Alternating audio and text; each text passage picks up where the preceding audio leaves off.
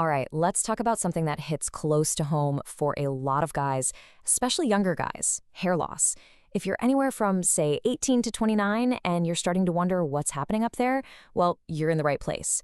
We're going to break it all down to just three core causes. So let's jump right in. So, are you losing hair in your teens or 20s? I mean, maybe you're noticing a little bit more in the shower drain, or your hairline just isn't what it used to be. It can be kind of concerning, right? For sure. But look, the most important first step is just to figure out why it's happening. And the first thing you gotta know is you are definitely not alone in this. Not by a long shot. We've been looking into the work of a top expert in this field, and what's really interesting is he's pinpointed a super consistent pattern. It's basically a set of three core problems that pop up again and again for guys in your exact age bracket.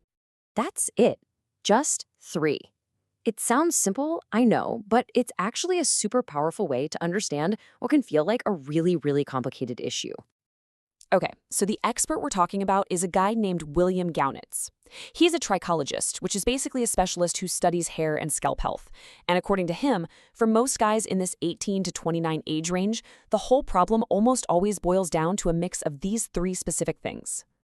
So, what are they? Here's the big three. Low vitamin D3, a hormone called DHT, and, maybe surprisingly, your overall scalp health. Think of these as the three main pillars we're going to dive into. It's like your foundational checklist for hair health. All right, let's kick things off with cause number one, nutrition, or more specifically, what you might be missing. Okay, so the first big piece of the puzzle is a nutritional one, low vitamin D3. You know, a lot of us just don't get enough sun or we don't get enough of it from our food. And here's why that matters. This vitamin is absolutely essential for kicking off new hair growth. So if you're low on it, that whole cycle can get thrown off, and that can lead directly to hair loss. Okay, moving on to the second cause. This one is all about hormones, which, as you probably know, is a huge factor when it comes to male pattern baldness. And that brings us to the infamous DHT. That stands for dihydrotestosterone. The easiest way to think about it is like this. If you're genetically prone to hair loss, this hormone literally attacks your hair follicles. It latches on and starts to shrink them.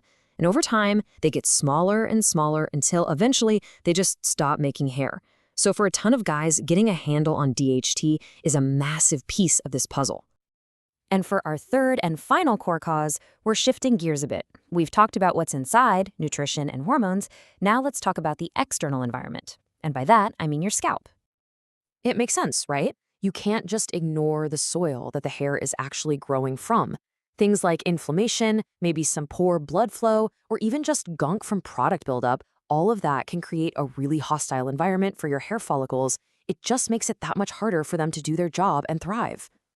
Now, here's what's so great about thinking in these three categories. It pretty much applies to everyone.